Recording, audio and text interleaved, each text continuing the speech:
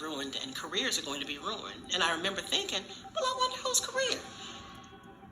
When an article from the Atlanta Journal-Constitution went out about cheating, I mean, I didn't think anything could happen to me because I didn't do anything. I didn't do any cheating.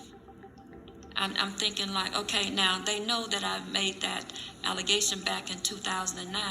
This could be my opportunity to be called back to work. When the AJC, the Atlanta Journal-Constitution article came out, I was like, oh boy, we were in a fight. It was real. It wasn't going away. Prior to the Atlanta Journal-Constitution article, at Parks Middle School, the teachers had complained about a new principal, Mr. Waller. He was, in short, cruel to them. My name is Reginald Dukes, and I was the special investigator for the Atlanta Public School System's Office of Internal Resolution. I was asked to look into an anonymous letter that was written about some activities at Parks Middle School. It involved some complaints by some of the union leaders that were in the school there, were harassed by the principal for their union activities. He would come into their classrooms, disrupt. He would hold long meetings after school. He would tell them that they were not going to have their job if those test scores didn't come up. We got another letter, and they're talking about some cheating on the Georgia 8th grade writing exam. So my investigation led me to uncover that there was a prompt given to the students to prepare for that examination. The prompt had the actual answer. Parks Middle School was what they called needs improvement.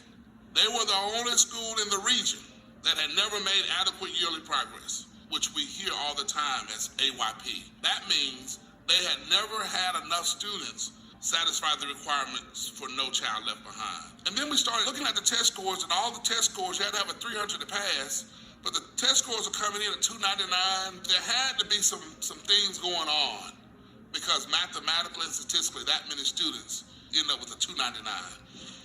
My executive director was Mr. Michael Pitts. I would say something's not right about these scores. These sixth graders are coming here, Mr. Pitts, and they can't read.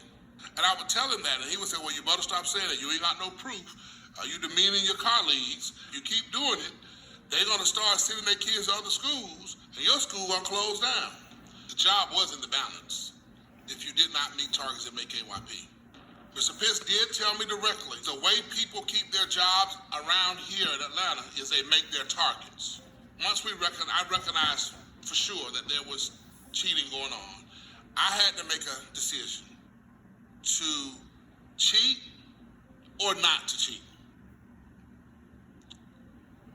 So I continued to allow cheating to happen. I orchestrated the cheating at Parks.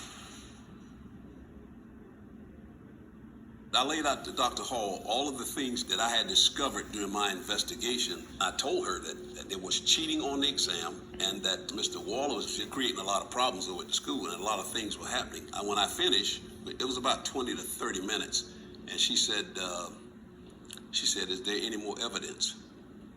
So I kind of paused and I said, no, nothing other than what I've just told you. And she said, okay, thank you very much. And I walked out. Whenever you have to go to OIR, which is the Office of Internal Resolution,